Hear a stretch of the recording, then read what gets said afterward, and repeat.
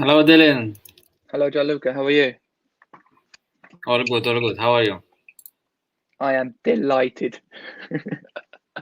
Of course, you are. I can see you showing off with the chair, so obviously you are delighted now with with what happened over this weekend. No, so thank you for coming back again. Our second episode. Gianluca and Dylan will talk Euro 2020 once again. Now we are getting into the business end of this competition, quarterfinals competition that is getting very interesting. To be fair, as well, with some really interesting matchups. Obviously, a reminder for those that will be watching us, we would like obviously your feedback, suggestions, questions, comments, engage with us in any possible way. Subscribe to our channel, activate notifications, and we would like you also to be part of our show as well. So obviously, let's to start a bit, start a bit lightly. Just take me through what happened through your mind, through your emotions, during the game against Germany, to start a bit this show on a bright note. Well, I speak on behalf of the whole nation when I say what a relief. I think it was extraordinary. I mean, I have never ever seen such a reaction at Wembley or in the streets or anywhere here. It was absolutely incredible. Especially as only half the attendance at Wembley, obviously, and it sounded like it was absolutely jam-packed.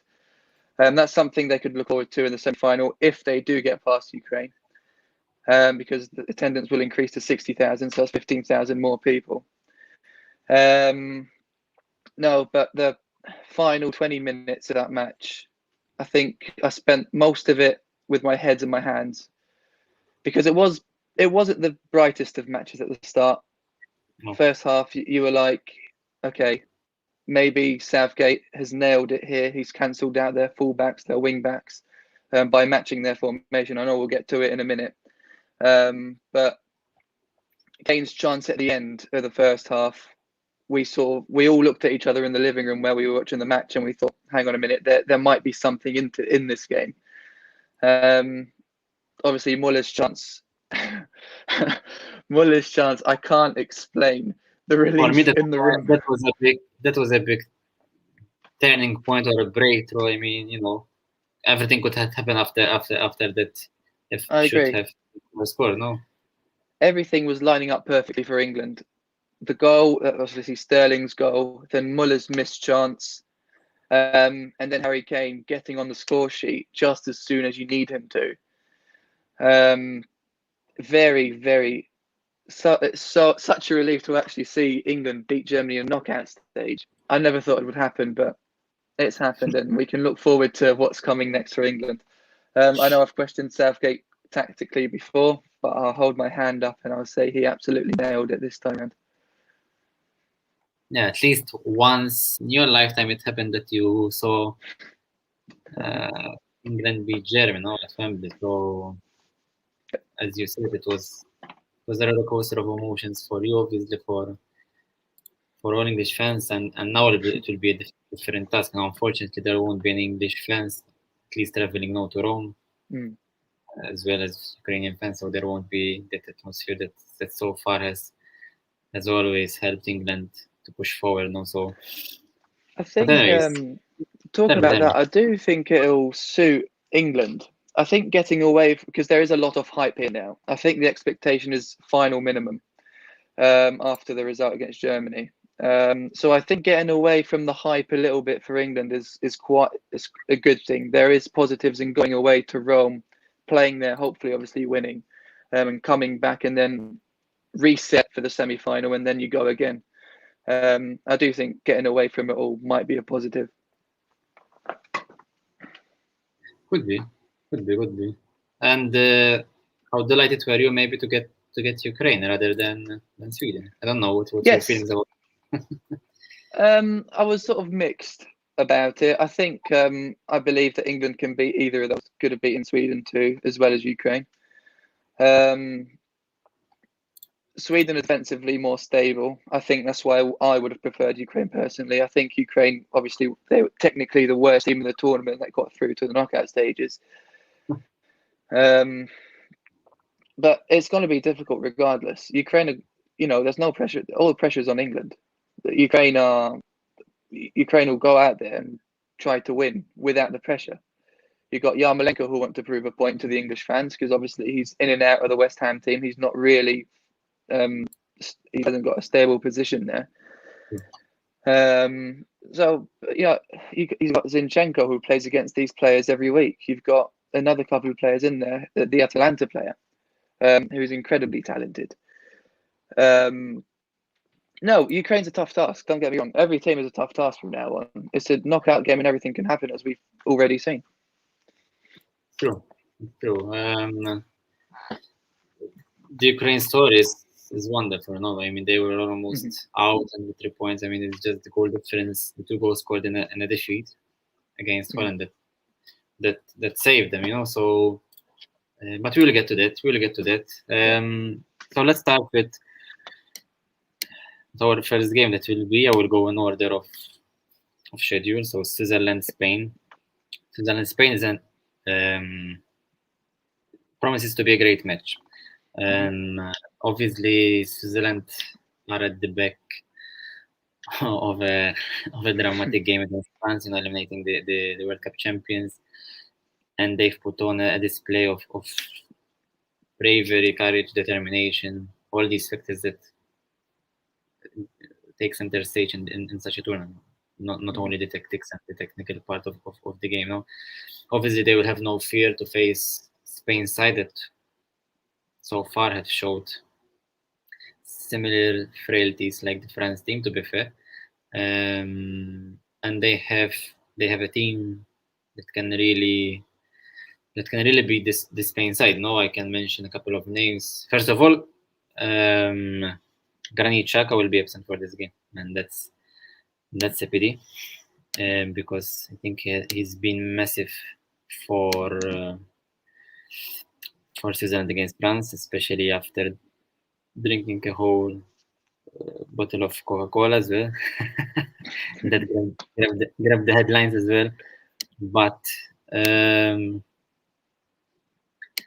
as we see here, he had some interesting stats as well. I think my screen is stuck at the moment, no? So you've got a blank screen right now. Yeah. There we go. All these stats, obviously, you have to relate them with what you see on the feed, but that speaks volume as well on what has produced in this game, no? And I think one of the things that usually he's criticized for is his passing distribution, no? And I think so far in this European tournament, he has proved crucial as well in helping Switzerland, switch sides, push forward, and everything. Also, you as an Arsenal supporter, I don't know what's your take about Xhaka as well. I've always been a massive fan of Granit Xhaka. I've had the privilege of being at the Emirates and watching him live, and I understand why people give him stick, because he is extremely error prone. And when he does make a mistake, it's a big mistake. But I honestly think, even if he's sold by Arsenal, he'll be a massive loss to the midfield. I mean, he's just proved his worth in this competition. These stats are incredible, especially against the world champions. A team who has got N'Golo Kante in the middle, a team who's got Paul Pogba in the middle, and Mbappe and Benzema behind him pressing him. His distribution has always been impeccable. His body positioning has always been great. So when he receives the ball, his first movement is always the way he wants to go initially. His forwards passing, diagonals, there's nothing you can complain about the guy, apart from the major mistakes he does when he's trying to turn on those lines. But I've always been a massive fan of Granit Xhaka, and I am sad that he might be leaving Arsenal. I think one of an interesting take about him is that maybe he's hot-tempered, especially at Arsenal, especially when he was given the captaincy and everything, and now at Switzerland he's like the feeling guy. Obviously, the environmental issues differ from a club and a team. Also, maybe at Switzerland he feels more relaxed without pressure, and maybe obviously there he's looked in a different way than at Arsenal, of course. No, but obviously the main point here is highlighting maybe a player that, to be fair, maybe doesn't provide much from a technical point of view. Is not maybe a technical leader, but statistically and as a leader, so far is proving excellent for Switzerland, and he will be missed. No, obviously he will be replaced by Zakaria as well, who's an interesting upcoming player for Switzerland as well. But Shaka has been also superb. We're speaking about his possession, taking into account an Opta stat, completed 87 passes with a 93% rate, dictating Switzerland possession centrally. And obviously, watch the game, could see how much effect he had and influence he had on the game. Couple of other players interesting for Switzerland. Mbolo, Seferovic, and Zuber. How did you see them against France? I actually have got Zuber in my notes because I thought he was exceptional. I probably think he should have taken the second man. If they gave a second man of the match, he should have had it. I mean, he had three. I think it was 3 assists all season at club level, and he's got 4 assists in 4 matches in this. 3 matches in this competition because he didn't play one of them. The way he transitioned, even in the 90-odd minute, 80th minute or something, he basically single-handedly brought Switzerland back into the game. I know Xhaka assisted for the last goal, but Zuber's transitions caused France's fullbacks to stay back, and that opened the pitch up a bit more for Switzerland. And that also gave the room for Xhaka, which was created in the middle because of Zuber's runs. I will go on to France's defense very quickly now. I've sort of touched on it. I think it was a major major mistake by Deschamps to start with 3 at the back and start with 5 at the back. I think I heard Julien Laurent talk. It was a disaster class by Deschamps to start with 3 at the back. He then switched it to 4 at the back at half time, with Longley going off and Coleman coming on. And France went 3-0 up basically with 4 at the back. And that's questions it. Why did he start with 4? Why did he feel the need to start with 5 at the back when the 4 at the back was going so well for them? It wasn't the right time to experiment, no? No, I totally agree. It wasn't. Totally wasn't. It's true. Here I put on the Swiss formation. As we said, Xhaka will be absent from the game. Also, Zakaria will replace him. Zuber has been a valuable addition for Switzerland with 4 assists. And Seferovic, I mean, at club level, he doesn't have the best of ratio, but to be fair, and so far Switzerland, he's proving decisive, and he could be a massive weapon for them against Spain, because Spain do find it hard to defend against aerial balls, and that's one of the reasons why they play with a high defensive line. No? So they can defend and press aggressively to avoid being pushed back and conceding attacking threats through crosses. That's why they conceded a couple of goals that way, and even that the games where they didn't concede goals, it looked like they were really shaky when a cross came at them. I'm just looking at the ratings here. Freuler got 6.3. I think that's extremely harsh. But this is an algorithm that doesn't really reflect what they do on the game as well. I mean, it's an algorithm based on stats. But obviously, Freuler did a massive. It was incredible. I mean, obviously, guess with whom he plays? So. I wonder who. Seferovic, I'll take your point. He's been extremely useful for the Swiss side. He's a very messy footballer. Like, he can be so on and off. I was chatting about him at the start of the tournament, and he missed a couple of good chances, and you thought, he's going to be the player that Switzerland wished they'd replace at the start of the tournament or something. But he's proved his worth, and he's done it against the world champions, and you can't really talk about it anymore. He's silenced us. It's true, and with 2 fine headers, I mean, he punished France. And an interesting statistic that goes with it, because we've spoken about Spain being shaky against high balls. And obviously Zuber for us he will be crucial to open those crosses.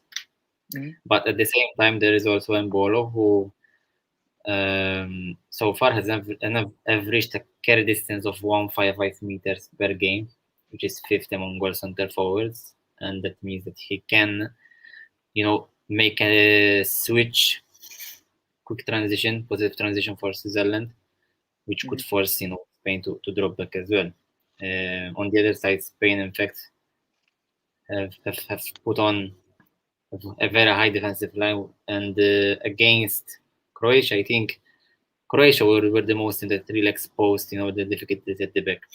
In fact, at some point, I remember Luis Enrique swapped Eric Garcia for Pau Torres, because Eric Garcia is a good ball carrier, but when the defense draws back deeply, he doesn't really cope well with physical players and with aerial duels, and put on Pau Torres, which still backfired till a certain point, Yeah, I was going to mention that. Yeah, it did. It definitely did.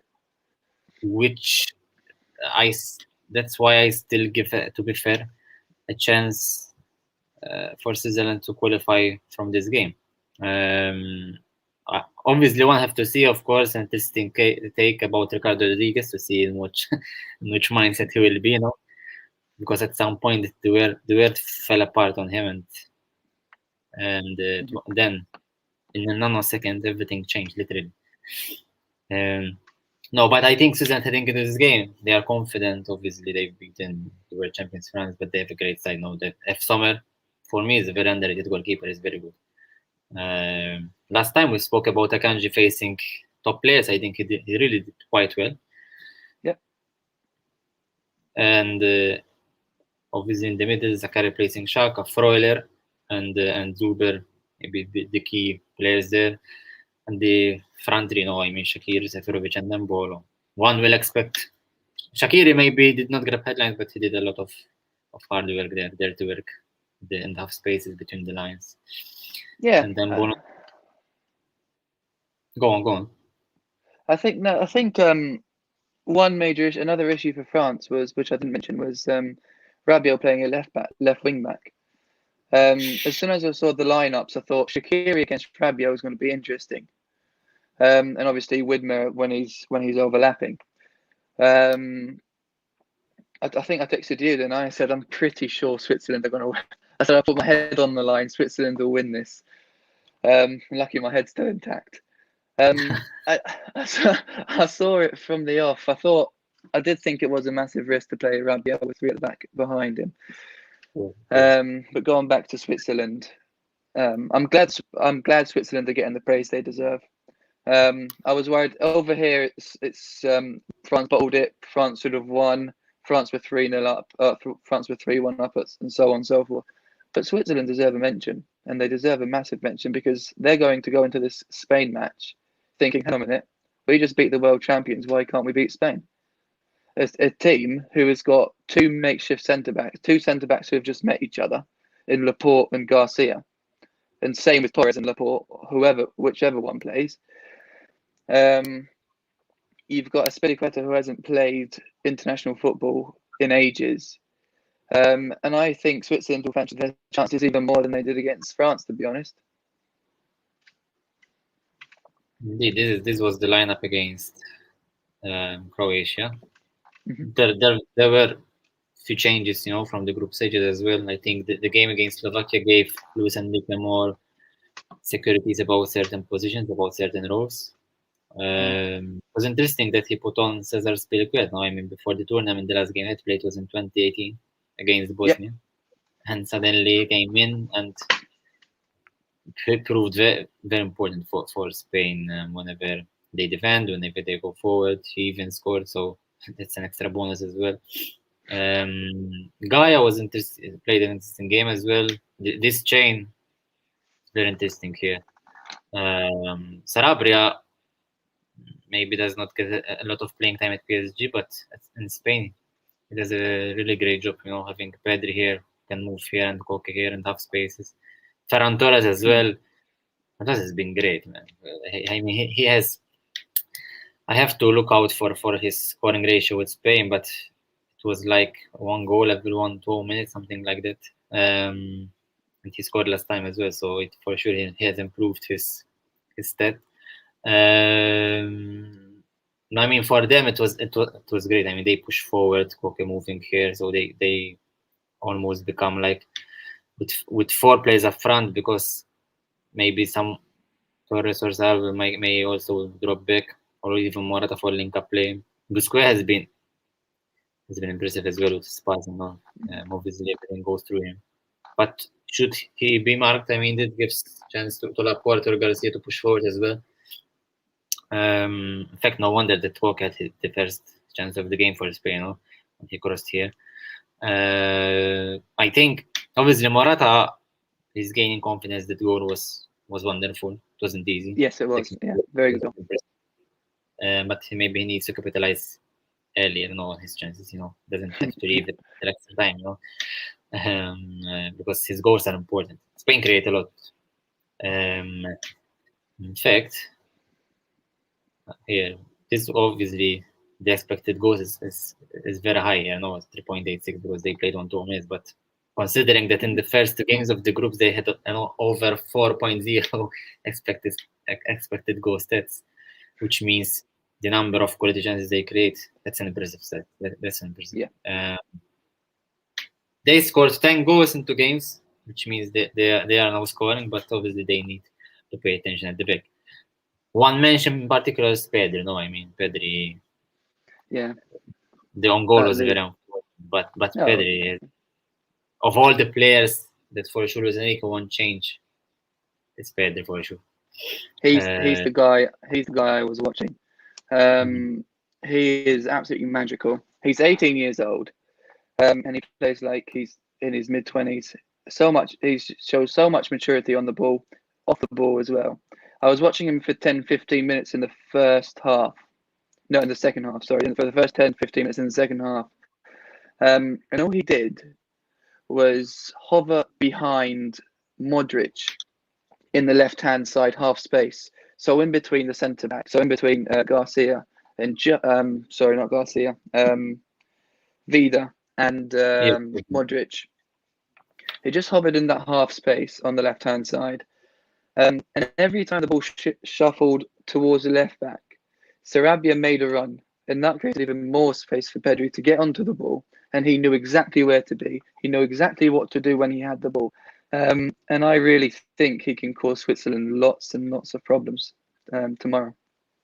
I think he played, I was looking at his statistics at club level, he played 52 games for Barcelona last season. I mean, it's incredible. For a guy that came on from Las Palmas, from playing there with M&O team, suddenly being part of a team that involves also Leo Messi and playing 52 games. And obviously the statistics also reflect the quality of the game that he played.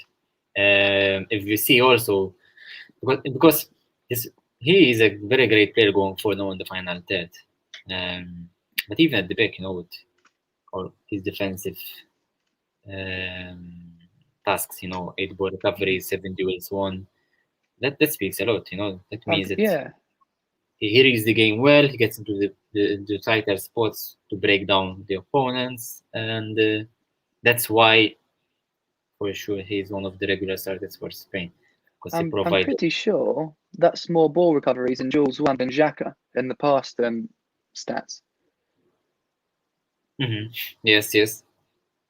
So it just shows how defensively wise he is too, because he's always in forward positions, but he knows when he needs to press and he knows where to be tactically. And obviously, I mean, Spain may not have the quality players that they had in recent years, but technically they remain of a very high level. Now they can play ball quickly with 1-2 touches, and Pedri is is one of the players that can play quick touches, change of direction, change of speed, and he will be important for Spain against Switzerland. To especially in breaking down the compactness of Switzerland's backline as well. It will be interesting to see how the game develops. Obviously, I would assume Spain will dictate proceedings. No, but to be fair, Switzerland against France did not stay deep, unless it was the circumstances of the game that forced them. No, but to be fair, I mean, they still try to go forward. Then at times, as time went by, they tried to break down with transitions through and Boro. No? But obviously, when you're playing a top side like France or Spain, you're expected to stay at the back. No, so it will. To be fair, I have no. Obviously, I think Spain will qualify because miracles happen once. No, but Switzerland do have the quality to beat this Spain side, because Spain, these qualities that they have and the fact that they played with a high defensive line and everything are masking a bit their difficulties at the back. And when they will find a team that can really give them a run for their money at the back, I mean, I think they will struggle. I totally agree, and that's why I think quarterfinals will probably be the limit for Spain. I mean, they play the winner of Italy or Belgium, and I do think either of those teams, even with Italy, who lack a bit of firepower up top, I do think Italy or Belgium can beat Spain quite not easily, but it will be tough for Spain to beat Italy or Belgium. These are the predicted lineups according to UEFA.com. To be fair, the line that struck me most is which players would miss the next game if they were booked, because both teams have very important players that could miss the semi-final. Is that Switzerland's whole? I think Switzerland's whole team can get. They would under 21 in the semi-final if they qualify. I mean, I'm surprised. So that's. So I don't. I mean, I see Busquets picking up a yellow card because Switzerland are very direct on the ball when they do get it, and if Spain do get caught out, and especially with the two centre backs, I don't see why Busquets. Yeah, if I was a betting person, I would put some money on Busquets to get booked, to miss the quarterfinal, to miss the semi-final. Sorry.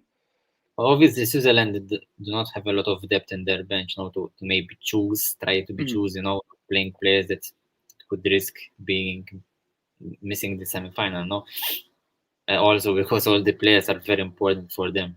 Maybe Shar is the one that didn't start it last time, but he's still important. No, Spain on the other hand, yes, there is Jordi Alba might not start, to be fair. Busquets, I mean, if he might get it, yes, even Pau Torres, because as we said, if they catch them on the transition, they might not be very fast centrally. And the problem is that he might replace Busquets with Rodri, but see who's the final name on that list. True. But I think Busquets has been better than Rodri. I think the two matches Rodri played, Busquets was better than him in the two matches Busquets played. But again, I agree. Would he risk Busquets for the semi-final? Exactly. Yeah, it's a tough decision, but I would stick with Busquets and sort of trust him to be careful. And if you are winning I say that Spain probably learned from the last game. I was going to say if you're winning 2-0, you could probably swap them over. But if maybe a bit of a bigger result after the last game, maybe 3 or 4-0, you could rest some players and preferably rest the risk of suspension. No, I'd play Busquets over Rodri, definitely in the quarterfinal. I'd go with my best players. Make sure you win, because it's pointless having one. I'd rather have one player not playing in the semi-final than all the players. I'd rather win. For sure, and then you have no guarantees that you will qualify at the end. Also, exactly. But I go for a very interesting game. Could be high scoring as well. I still tip Spain as favorites, but it will be interesting to see how in what way Switzerland will head into this game. For sure, they are galvanized, so it will be interesting to see. I agree. Would you like my prediction? Go on, of course. Damn, I hope you said no. I'm going to go 2-1 Spain. 1 Spain. Yeah, close one. At least 3 goals would be interesting, no? Yeah. Unless they all come in the final 5 minutes of the extra time. Ricardo and Rodriguez to score a penalty. So the second game, then the one that will follow will be Belgium Italy. Most probably is the high profile game of these 4 quarterfinals. So, Belgium are the favorites for the competition. Italy maybe are the surprise package in a way, but they still have interesting team. I would like to start actually showing off the potential lineups and discuss those, because there are massive question marks about few important players, in particular from Belgium's point of view, because Italy are not really that concerned, because Belgium would start with the same team, but Hazard and De Bruyne are still in doubt. They're still training alone, so obviously, should they come off, they will still replace them with 2 important players, like Carrasco and Mertens. But Belgium with De Bruyne and Hazard, they are different thing, I mean, Belgium without De Bruyne, they struggled against Denmark. As soon as De Bruyne came in, played like an additional forward, alongside Lukaku, and he changed the complex of the game really. And Hazard against Portugal was very important. He may not have reached yet the heights that we are used to now, but after 2 years of almost not playing, I mean, if this is his, I don't know, his 60%, let alone his 100%, what would be, no? On the other side, Italy, there are still a couple of question marks whether Chiellini will be available to play, and should he start. That will be an interesting matchup against Lukaku whenever they face each other in this area. It was always an interesting duel. And the biggest question mark actually that is being headlined in it is whether Chiesa should start over Berardi. What should you think about it? Who should start between them? Chiesa or Berardi? I think you're looking at my notes. I've literally got Chiesa should start over Berardi. I think Berardi should be dropped. I think if Chiesa had started, I think it might have been Italy might have not needed extra time to beat Austria. Chiesa brings something different. He's quicker. I think he's more precise. He's more agile. He's got more than Berardi. I understand why you would start Berardi because of the form, because of the form coming into the tournament. But having seen the performances against Austria and possibly even the first matches, Berardi was okay. He wasn't bad. He wasn't good. He was okay. But Chiesa's been great every time he's come on. So that's your answer. It would be great if Chiellini starts. Very good for the match. But Lukaku's got a great record against Chiellini and Bonucci. I was reading up. I think he's won. It was 53% or 54% of the duels against either Chiellini or Bonucci. So for every 2 chances, Lukaku's going to get 1 chance statistically on a 1v1 duel. It is a very interesting matchup. I think with De Bruyne and Hazard, I would say Belgium should win this. But without De Bruyne or Hazard, especially with Chiellini in the team, I see it being quite tight. I think I see it being similar to the last 16 Belgium played in against Portugal. Extremely tactical, just like a chess match. It's whoever makes a mistake first. Belgium are here through make sure your shot is on target, because that's what that was. That's what the goal was. Make sure your shot is on target and test the goalkeeper. They scored with their only shot on target. Portugal had 24 shots.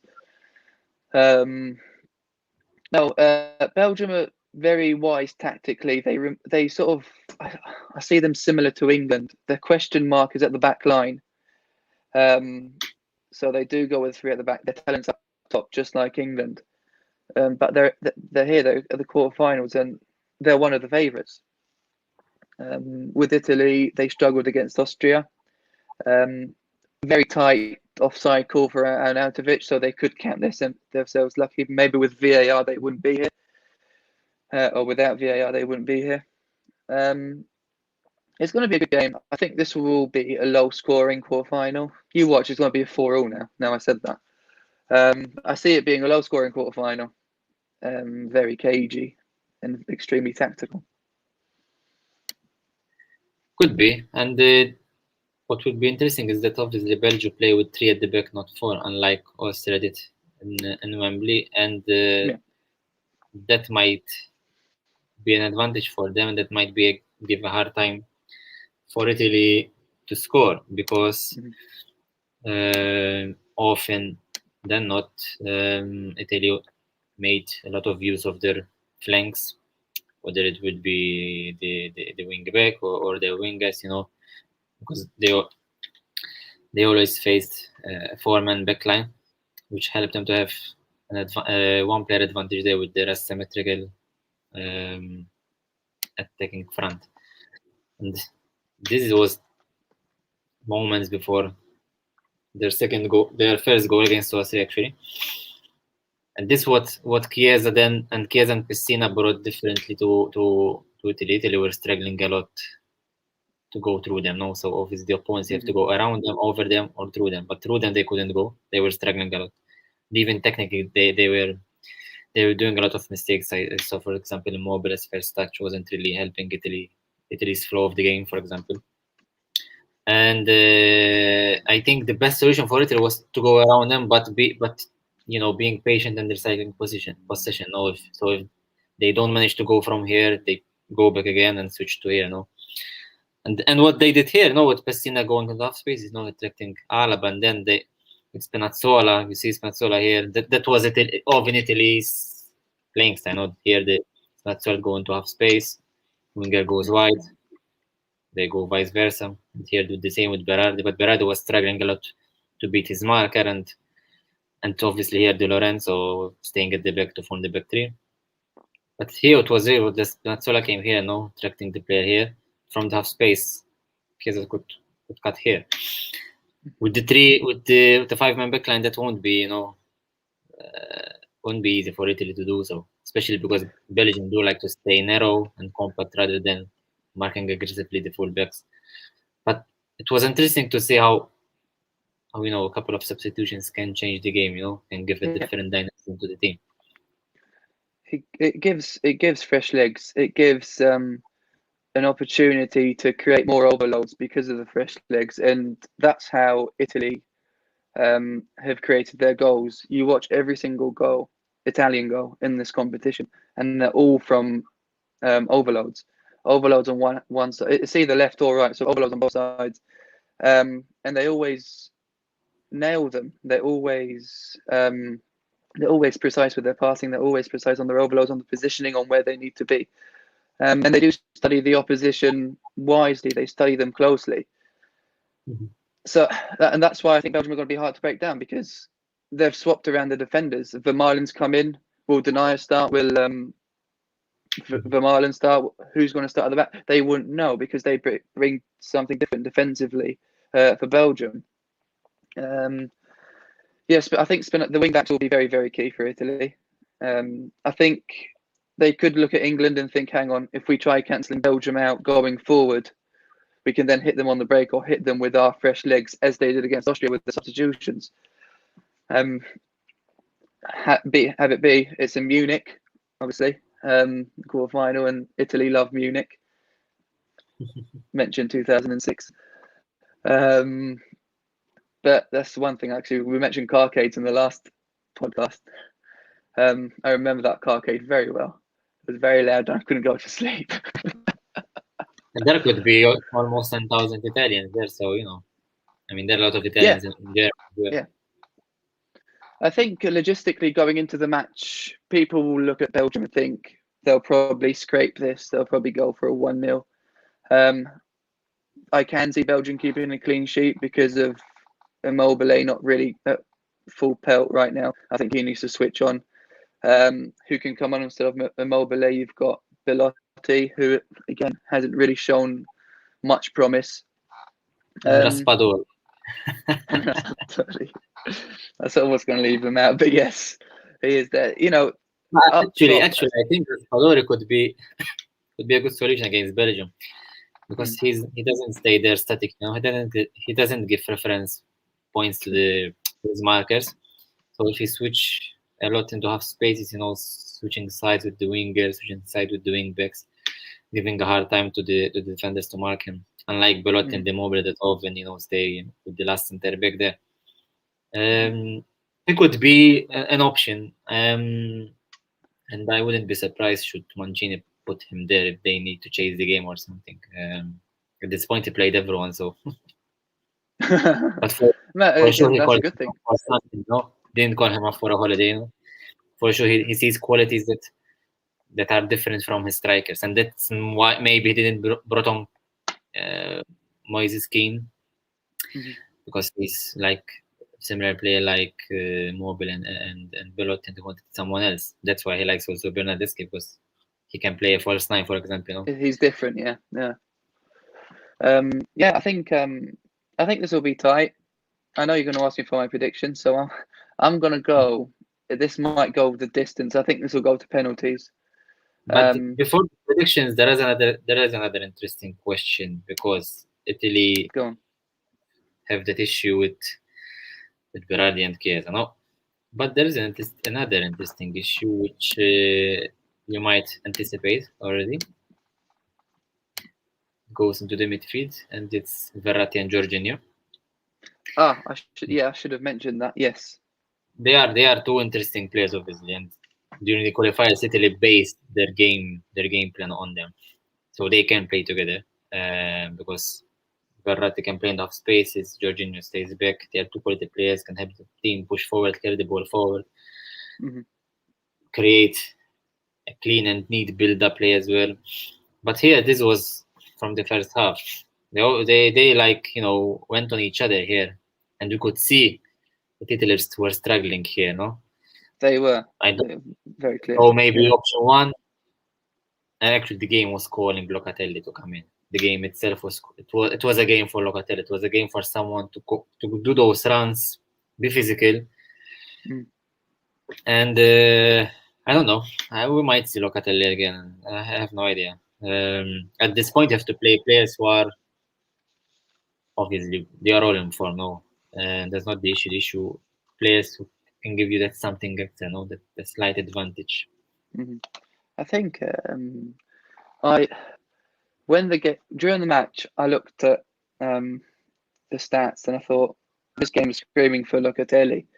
But I do agree, it did suit Verratti, but there wasn't that end product. It was very, how can I describe it? It was very monotonous. It was pass here, pass there. Because at some point he did found, for example, Immobile with those typical runs behind the defenders, but Immobile didn't capitalize on them. So obviously they didn't catch the eye, and you would say Verratti did nothing or didn't produce anything that he usually produces. No, I mean, you look at this pass map here, and you look at one major issue that I see is yes, Immobile's deep. That's not the issue itself. But the issue itself is clearly Italy are very left-sided on Spinazzola, but there's no passes from Spinazzola into Immobile. So there's no end product, there's no final ball. And that's one major issue that I see with this. It's true. Even though Dan Spinazzola often joins in or often replaces Immobile as well, at some point he was playing as a center forward, and Immobile was doing a lot of job trying to drop back, receiving the ball, same style like Kane does, especially because he wanted to draw the defender with him because it was very cagey at some point. And credits to Austria because they defended very well. My prediction for this game, to be fair, I don't know. Obviously, I am biased, so I would like Italy to go through, but I mean, Italy they usually step up for these games, no? So I'm sure they will put on a very important performance, and if they go out, it will be by the slightest of margins. It all depends whether Hazard and De Bruyne come in, because that will change Belgium. Let's say Belgium for me are favorites, and they can, and most probably they will qualify, just because this Belgian team needs to win a title. So that's my question. Yeah. I do think this is their last chance. It's the golden generation.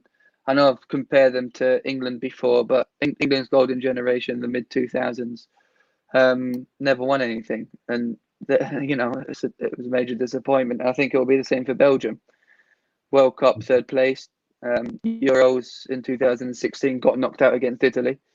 No, that was that group. No, they played a good group and then they got knocked out later on. Belgium in the Euro 2016 they lost to Italy in the group stages 2-0. Yeah, 2-0. I think Pelé scored, didn't he? Pelé scored at the end. Giaccherini and Pelé scored. I mean, Italy beat Belgium with even more lackluster side, that didn't have a lot of Belgium. It has Eder, Pelé, Giaccherini. So Belgium actually got out with ways in the tournament, no? Yes, of course, yeah. And then obviously Belgium got, again, that's a major disappointment. I think Belgian people will be disappointed anything less than a final. I know, especially with France out, that they probably looked at the draw as soon as they came out of the group, and they would have probably thought, maybe quarterfinal, maybe semi-final, and we're happy. But now this is gone. You're thinking, hang on a minute, this is winnable. We can get to the final. We can play Denmark in the final. We can play Czech Republic, England, whoever. This is Belgium's big chance. And last chance, really. We've spoken about Italy actually facing, a better side, a 5-man backline from Belgium, that won't make it easy for them to penetrate. But at the other end, Belgium as well have wing backs that go forward. No, I mean, they have Meunier, who was a defender actually, but as we see here, average positions in the first half against Portugal, he was almost playing alongside Lukaku. And on the other hand, they have a fifth man who is actually a winger in Hazard, Torgan Hazard, no?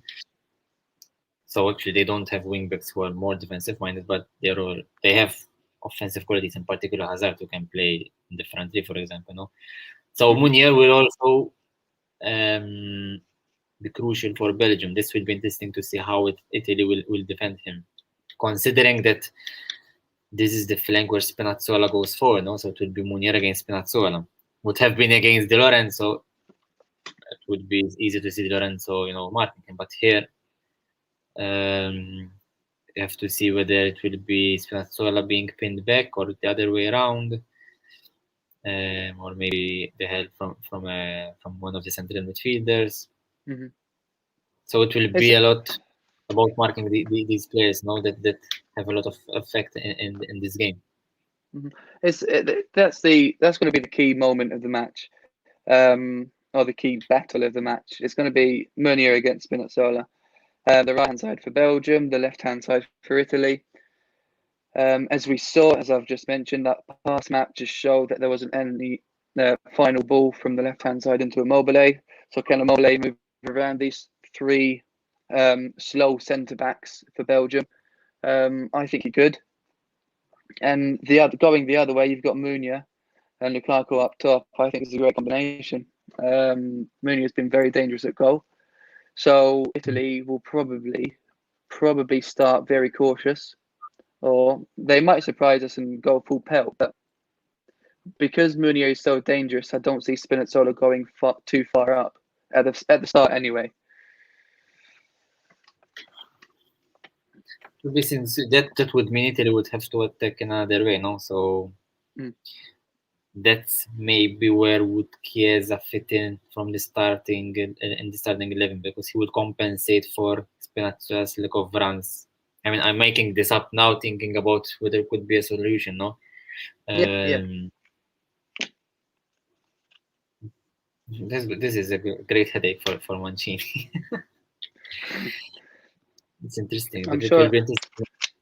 I think because it's a headache, I do think they'll play a little bit safer. They'll play a bit more cautious, and they're not at home. They found out how they struggled away from home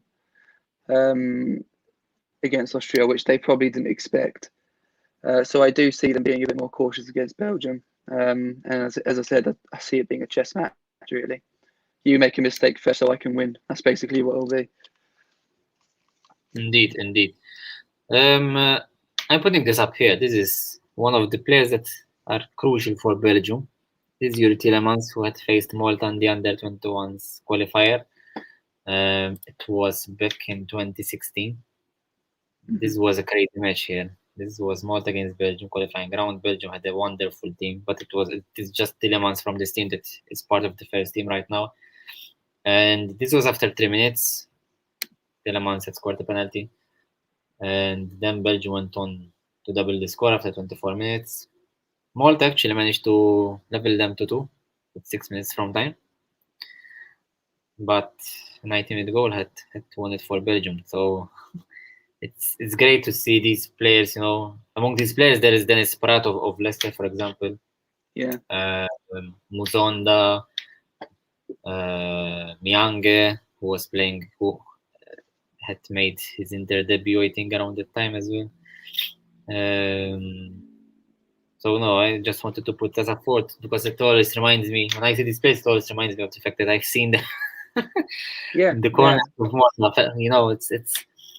It's always interesting, and to connect with it, I have also this one. I couldn't go without showing this as well. And you have to tell me there are 3 of these players that played with Portugal in this European Championship. One of them didn't play. Yeah, Diaz is there. Sanchez is there. Yep. Captain? He's a bit pixelated. I can't really see him. I'll give you a hint. He didn't play, but he's at Wolves. Oh, of course. Every Portuguese player is at Wolves. That's not a hint.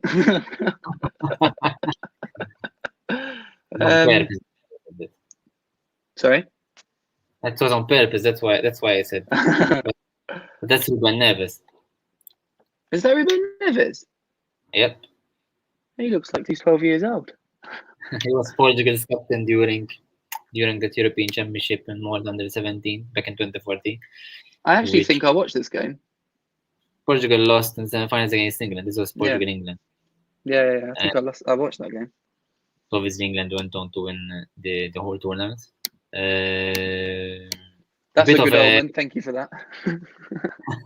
You see, I bring luck, I think. And also a bit of self-promotion, no joking. But back in 2020, also I had spoken to Kylian Hazard, who is the other sibling in the Hazard mesmerizing family. And actually, I had spoken to him. This was 2020, and also we thought. Mm-hmm. By the way, this is my birthday, 30 January. That's interesting. Everyone keep that in mind. He wants presents, that's why he's mentioning it. We were thinking that the European Championship would happen during that summer, but it didn't happen. But I had spoken to him about the European Championship and his brothers as well. Obviously, he said there was no pressure on him, but it was interesting to him for me to see him explain how they did play at home and when they were home, but they were always, competitive with each other, pushing each other forward. And then his brothers went on to be part of this Belgian generation, and he said it himself as well that it's time for them to deliver as well. So I'm sure he's a happy guy. He's a happy Hazard at the moment, especially after one of his teams scored. They're a major link for this squad. They're a major link for this squad. The Hazard brothers, obviously, they know each other inside out. Yeah, that's great. That's great. How old is he? He's the older guy. Is he? Yes. Oh, I think he's the middle. I think actually no. Eden is the oldest. Yeah, I think Eden's the oldest. I think Thorgun's the youngest, so he might be the middle. Yeah. Actually, Killian is the youngest one. No, Killian is the youngest one. I thought he was the oldest, but we had spoken about and I didn't guess. No, he's the youngest one. He's 25 years old. He's still at Cercle Bruges, the club that had traveled to Moldova for the Thorgan is 28, while Eden is over there now, no? Actually, they have another brother, to be fair, Eden Hazard, who is 17 years old. I think he's at Chelsea right now, could be? Might be, he might be, yeah. I think he's at Chelsea. So actually he's the third one and there's another one upcoming. So we will have to cope with Hazards for the, next 15 years for at least. Not complaining. It will be a generational thing like stars, every generation there's a Hazard. That's fine by me. If it's the talent as all the Hazards, then we're in for a treat. We've spoken about Belgium, Italy, but one of the biggest quarterfinals will be Czech Republic, Denmark. I agree. I totally agree. The two teams that are in form, and I have no idea who will qualify from this game, to be fair, because Denmark are on a roll, but Czech Republic have Schick. Just to mention one player. There's not much to say about this game. It's just incredibly tight. Two very good goal scoring teams, and I see it being quite chaotic. I think Czech Republic were a bit lucky in their last 16 game against Netherlands. I think the De Ligt red card paved the way for them. Don't get me wrong; it could have gone badly for them anyway. But credit to them for taking initiative and being good enough to beat a 10-man Holland side. But the red card helped. Netherlands struggled. Czech Republic, Denmark is going to be good. Denmark beat Wales convincingly. They deserved the win. 4-0 was probably a bit harsh on Wales. But I think tactically Denmark are very, very, very wise. The way they changed their formation during the Wales game, Wales dominated the first 20 minutes or 15 minutes it was, I think. They changed formation and I don't think Wales had a shot after that. Because from here they switched 4-3-3 with Christensen coming here. Yeah. And true, that was an interesting decision from the coach. Stigger Larsen then dropping back and Mail as well. These working magic here. But it was an interesting day because at that point they, literally cut off Wales' channels into the half spaces, because at the first 20 minutes it was all Bale trying to shoot with his left foot, and on the other side Ramsey getting those runs into the box as well. No, it's good. It's very good. I think Kasper Dolberg will be a threat. I think the Czech Republic will have an eye on the three strikers, if Damsgaard, Braithwaite and Dolberg. Going forward, you've got Souček, you've got Sufal on the right. It's going to be tight. It's going to be cagey at the start, I think. Where is this game being played? Is this in St. Petersburg? No, this game is in Baku. Oh no! Oh, that's a long way to travel. And bad memories for me, anyway. Well, us. For us, it's true. For us. To be fair, but in the stadium I watched Azerbaijan Malta and we drew 1-1, so I take that as a good memory. Feelings. Yeah, mixed feelings.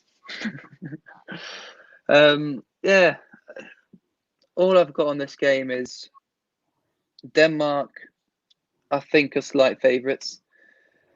With Souček, Holeš, and I think Derida's coming back from injury for this game, if I'm not mistaken. He'll be a massive plus. So obviously he's technically rested going into this. Not as one of the starters, but I think they might start with the same formation they played against. It could be. It could be. I think credit goes to Vaclik as well. I know I've slated him before, but the Czech Republic goalkeeper was absolutely incredible against the Dutch. I think he made a few vital saves and also interceptions that would have led to decent chances. And also the chance Donyell Malen had just before the red card. Vaclik's positioning, his timing, absolutely brilliant. That would have meant that probably the ball would still be the Netherlands coach, maybe. Who knows? Yeah, I mean, we've mentioned it before, haven't we? We said that he's not well loved in Netherlands. I think it was only a matter of time. The odds have it as Dick Advocaat going in for the Netherlands job, and that wouldn't be a surprise because he goes in. I think every other 2 managers he goes in to fill in for a bit. Yeah, I think this would be his third time as Netherlands manager. I think. Yeah, I think every time that someone's been sacked, he's filled in. I remember him in 2008, but I don't think that was his first time there. They think he was already coach before that. Actually, he might have coached the Netherlands against Malta in the 2002 World Cup qualifiers. To be fair, he might have. He might have. Yeah. Not sure who was the coach, but I think he might have been the one. Speaking about Denmark, I'm not sure whether Dolberg will start. I don't know. That's the question, because if Poulsen is fit, he might return to the formation. But I don't know. This is always a big dilemma for a coach during such a tournament, having a striker with a hot foot, coming in, scoring twice. I don't know. I think I would gamble on him. I don't know. No, I would personally start Dolberg. I would definitely personally start Dolberg. I think Poulsen scored 1 goal, and that goal was against. Yeah, that goal was against Russia, which was incredibly lucky. Indeed. And it gives you a number 9 as well, up front. Mm-hmm. No, I would personally start Dolberg. I think it's a no-brainer, really, especially against the Czech Republic defence, who sort of would favour Poulsen defending against Poulsen. I think with his style, I think they struggle more against Dolberg. If you look at the 2 centre backs in Kalas and Saliska. Dolberg might be more physical, no? Might be more of a challenge for the Czech Republic's backline. That's true. These are all considerations that the coach has to take. But having a striker like Dolberg that the moment of need he came in and scored twice, it's always crucial. Obviously, speaking of strikers, we have to mention Patrick Schick, who is now Czech Republic's second top scorer at the Euros, behind Milan Baros. It's impressive, for Schick. I mean, he did quite well against the Netherlands, but didn't have the chances. The first time of asking, basically wrapped up the game for them. He is massive. He is very important for the Czech Republic. The way he link ups play, holds up the ball, goes into space, his aerial duels, his physicality. I think he's feeling that responsibility to deliver as well for his nation, and especially for a nation like the Czech Republic. He seems like he's relishing it. Definitely, I do agree. That's it. And I'm happy for him because he's always been a promising player, and obviously not going to be influenced by a tournament. It's always the mistake that you cannot do. But we'll see how it goes. It will be to see Milan Baros, Patrick Schick, facing Denmark. Moving onwards, we have another interesting take about Patrick Schick,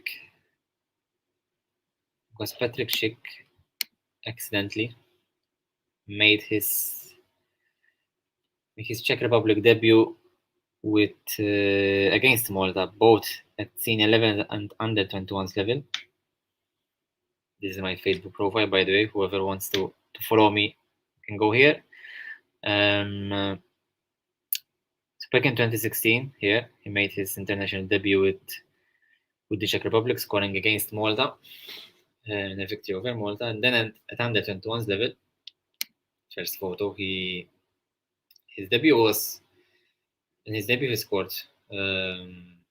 twice, if I'm not mistaken, and then it was on Czech soil, and then in the second round he played in Malta and scored a hat-trick. So he has quite a good team against Malta with 6 goals in 3 games, and it will be interesting to see him moving forward into this tournament, at the business end of an important tournament like Euro 2020.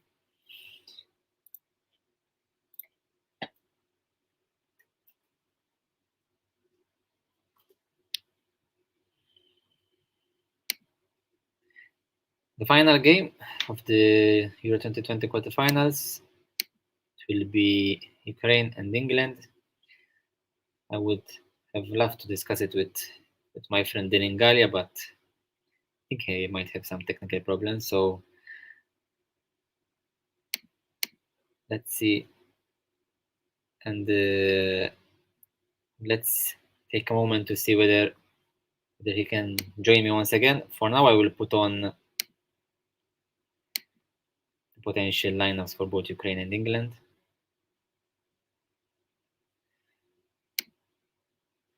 So here you go.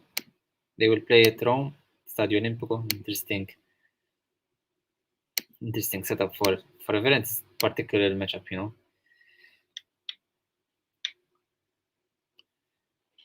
Because this is a team. The Ukraine side is a team that qualified thanks to the goal difference in their 3-2 defeat against the Netherlands in the group stage, and now they are in the quarterfinals of the European Championships for the first time ever.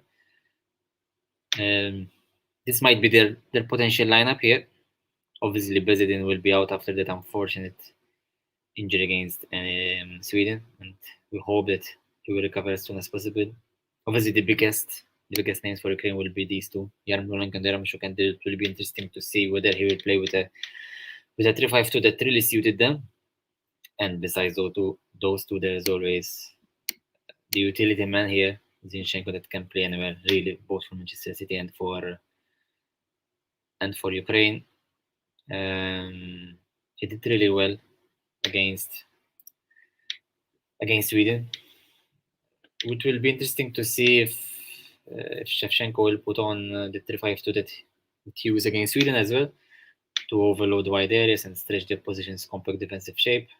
It helped really Yarmolenko to cut in from the right and have an impact on the game, and then Zinchenko, you know, coming in from the left-hand side whenever Ukraine needed to switch the ball. So far in the tournament, they've averaged 1.6 high turnovers per 90, which means possessions started on open play within the attacking third. And also the PPDA, which means how many passes they allow the opposition to attempt before attempting a defensive action, is of 15.3, which is very low, which means they are very intense off the ball, and at the same time they might leave England, you know, come forward in the final third and they turn over and do positive transitions from deep from their own defensive half.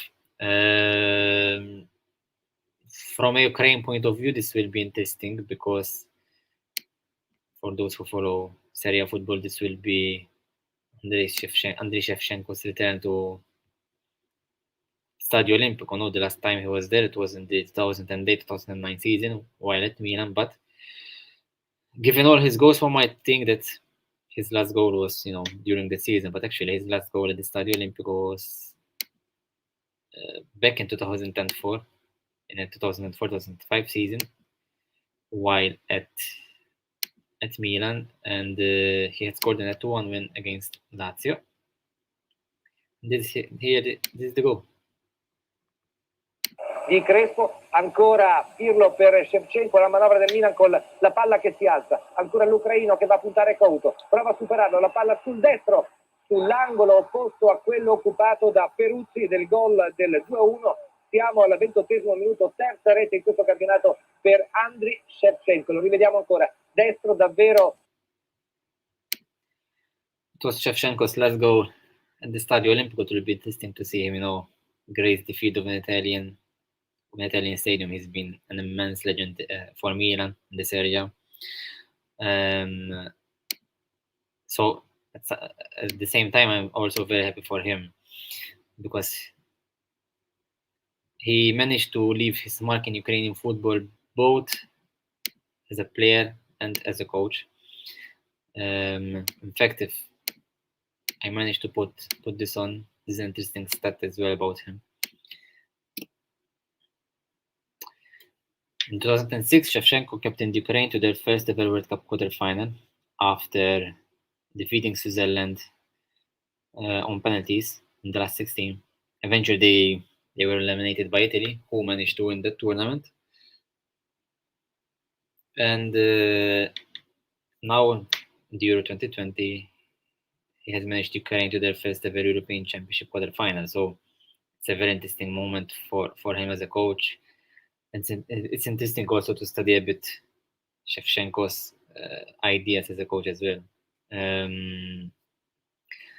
A particular fact, and it is interesting for those maybe who support Malta or follow Maltese football, that back in a few years back, I think it was 2016 or 2017, Malta had actually defeated Shevchenko's Ukraine 1-0 in an international friendly. So back then, one would never have thought that Ukraine might reach the stages of this competition.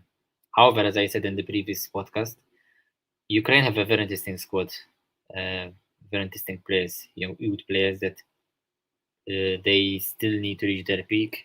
Maybe we might see actually their best qualities in the upcoming tournaments. But having reached the quarterfinals at this point, it's already massive for them, and they have nothing to lose, everything to gain. It will be interesting for them to see if they can beat England, and I think they can be very difficult for England to.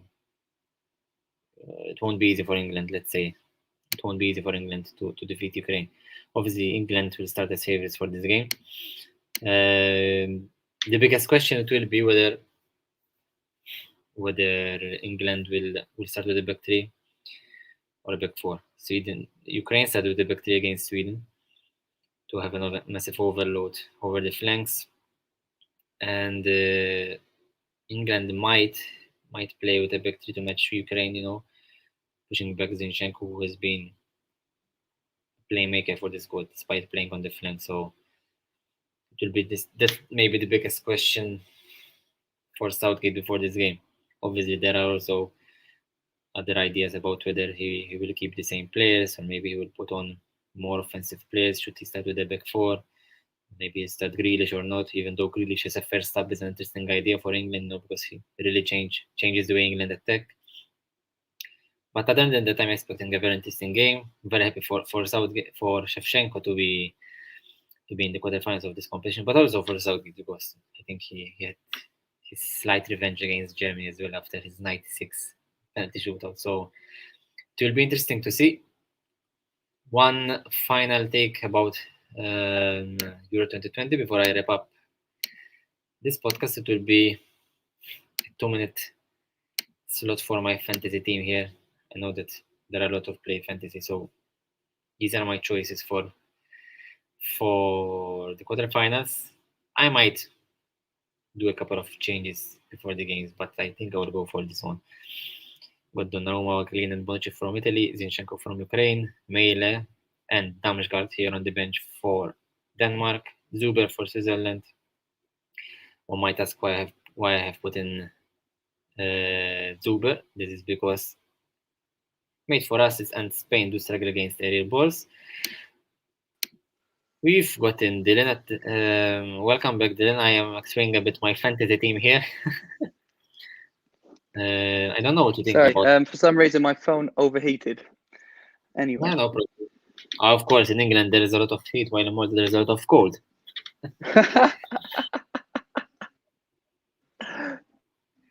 This is my fantasy team, by the way. I don't know what you think about. That's a good team.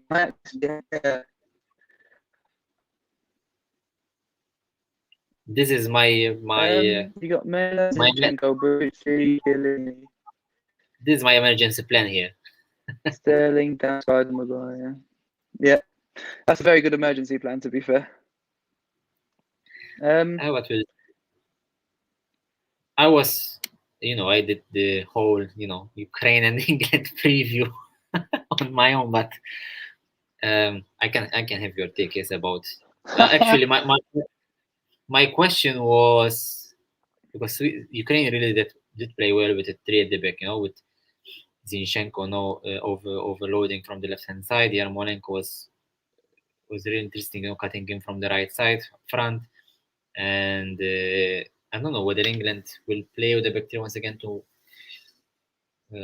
cut Zinchenko basically because he is one of the sources of the team, or else he will switch back to the back four and have more offensive players there because obviously Ukraine struggle against pace, might struggle against technical qualities, 1v1s and everything.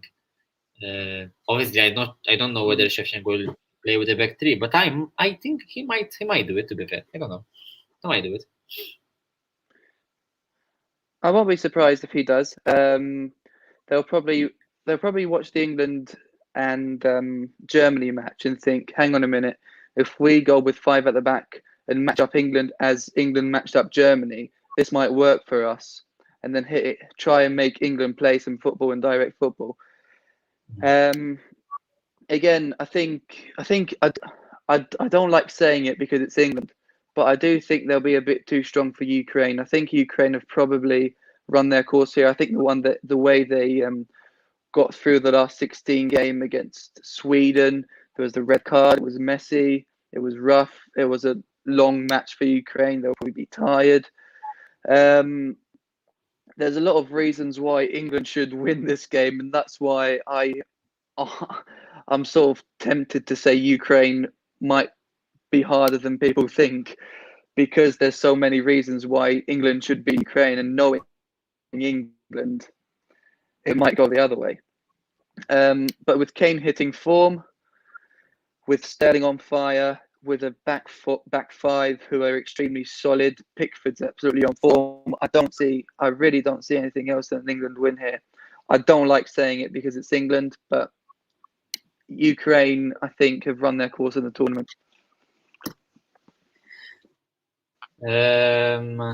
No, actually, this is the second. But actually, yeah, we can use this photo. This is how Yaremchuk scored against North Macedonia, and this is one way, most probably the way that Ukraine will try to attack England.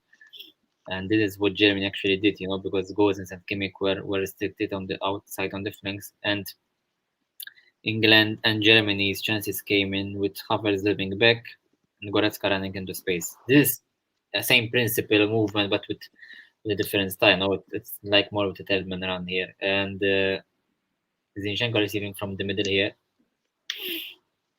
and then plays with the ball with Yarmolenko while Yaremchuk is already here.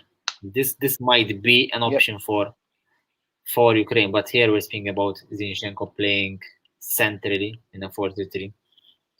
But even if he plays with a 3-5-2, he might still do it himself, or Shaparenko or Stepanenko on the other side, using different players but using the same principles, and then trying to put in Yaremchuk and Yarmolenko behind the forwards. So it will be interesting to see if Ukraine will try these schemes or whether they will try to go over the team. But to be fair, Ukraine, they did play like a mediocre side in the group stages, but they performed really well against Sweden.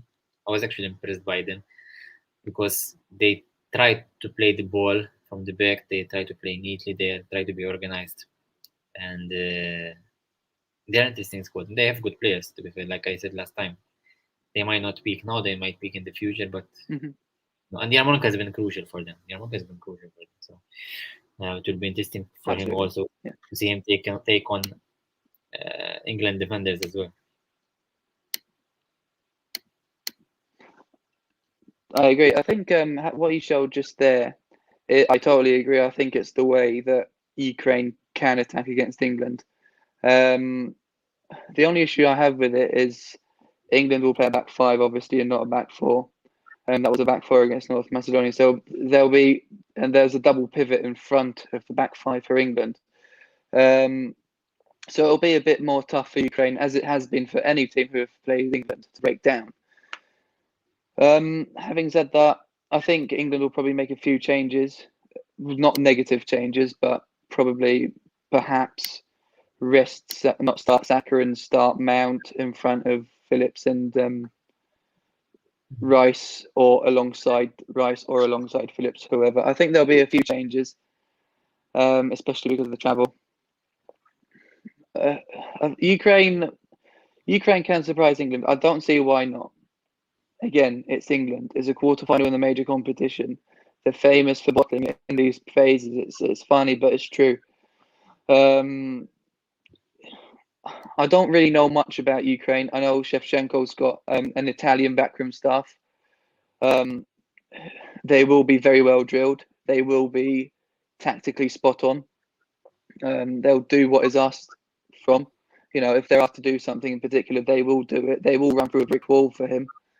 That is one of Ukraine's positives and strengths. The fact that they will go through brick walls for their manager, for their country. They're very proud to be representing the country. They're very proud of the record they've just broken.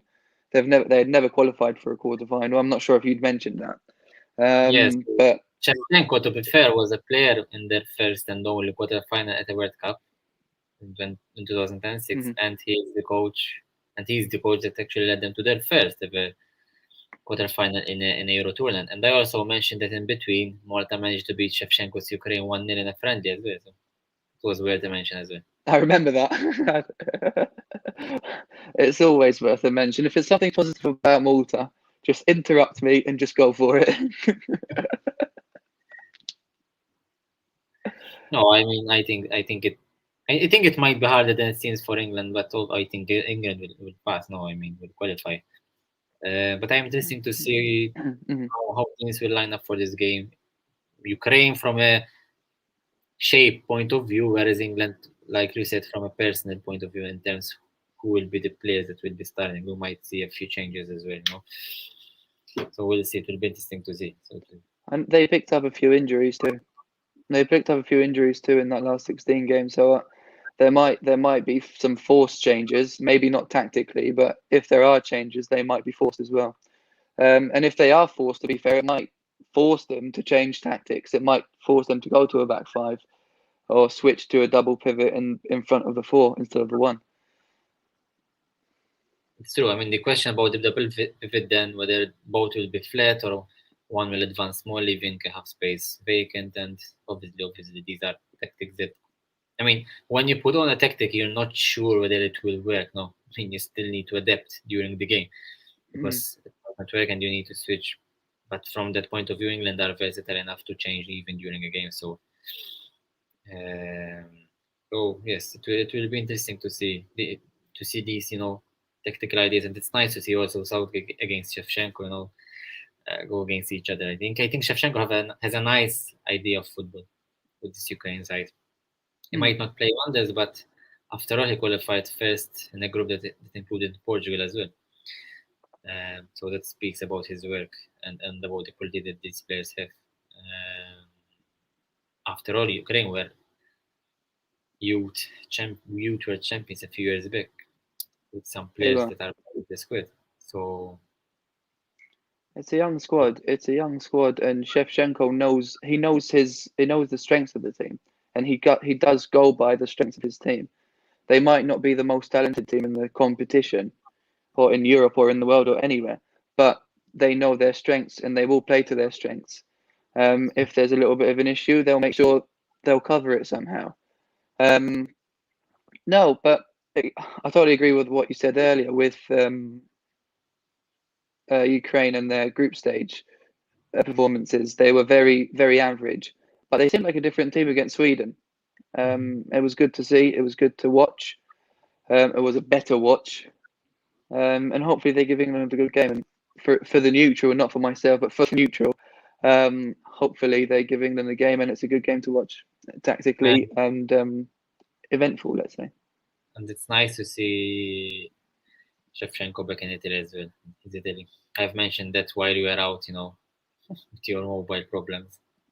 He played a lot of games there at the Olympics. But his final goal was back in 2004 with Milan. I've also showed it, So you've missed that. You have to rewatch the episode to watch the goal as well. I shall. So for him, it will be a home factor as well, having Italian technical staff as well. That obviously won't influence anything on the game, but for him, going back, it feels like a bit like home. And in Italy, there are a lot of Ukrainian fans, so I'm not sure how the distribution of fans will be in Rome. For sure, the Danes that will go will support Shevchenko. I have no doubt about that. 100%.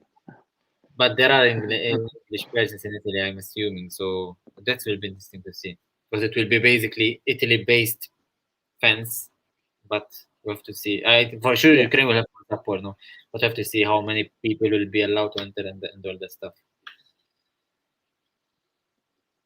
I also assume that they'd want Ukraine to win. So if they do get to the final, they won't face England at Wembley. That's true. That's true. Yeah, but I would rather face England, not Ukraine, because losing against Ukraine will be terrible. It would be I agree. That's something that everyone was discussing here, that we need to calm down. We have just beat Germany, but what if we get knocked out to the Ukraine in the quarterfinals? That would be even worse. I mean, I'm already preparing myself for a Switzerland-Ukraine final. That would be great. It's like that time Porto and Monaco got into the Champions League final. 2004 was a crazy year. It was. Porto, Monaco in the UEFA Champions League final. And then who was the UEFA Cup? Okay, it was Valencia, Olympic Marseille with Didier Drogba. But then Greece went on to win the European Championships now. So, but no, I thought that Switzerland and Ukraine had faced each other in the World Cup final at youth level, but no, it was Switzerland against. It could be actually. Let me see. 2009, they won the Under-17 World Cup, Switzerland, but I'm not sure it was against Ukraine or not. No, it was against Nigeria. Ukraine won against another team, and I think Ukraine was the Under-20, not Under-17. Nigeria. Yeah. But Switzerland, Ukraine brings beautiful memories of the 2006 last 16, one of the most boring games ever in football. Whoever does I'm know trying about to figure out when it was, but I can't remember it. No one tries to remember it. By default, your memory about that game goes off. But if you go on here, you see Switzerland, Ukraine, remembering the worst game, the Dallas game in World Cup history. There are plenty of interesting headlines about this game. So, if we get Switzerland, Ukraine, the 2006 game will be recalled time and time again. So we have to see. I can't wait to watch a boring final then. So Dylan, that we stop here for the day. We spoke a lot already, especially myself, because he left me alone. Yeah. So that's set up for today. I do apologize. It's just the absolute heat. The heat, obviously, in England is too much. And we might be back in tomorrow for a take about Women's Champions League if our friend is available. Because tomorrow there are the draws of the new look 2022 Champions League campaign, so we might have to say about this as well.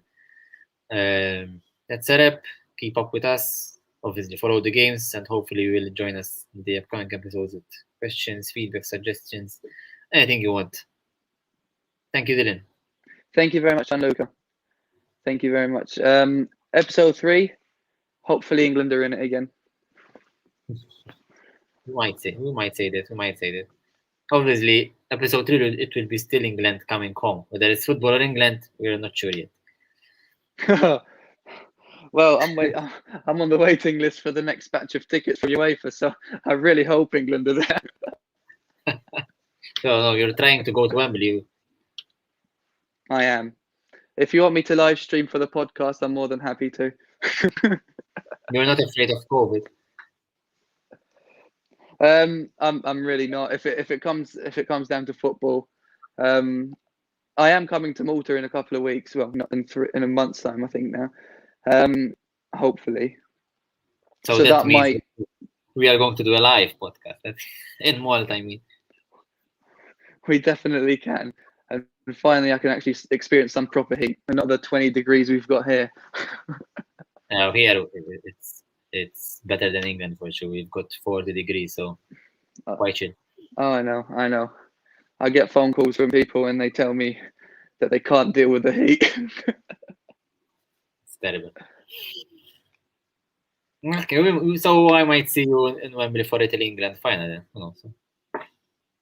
And I leave you with that. We will get lots of views if it's an England-Italy final. I tell you that. I'm live streaming.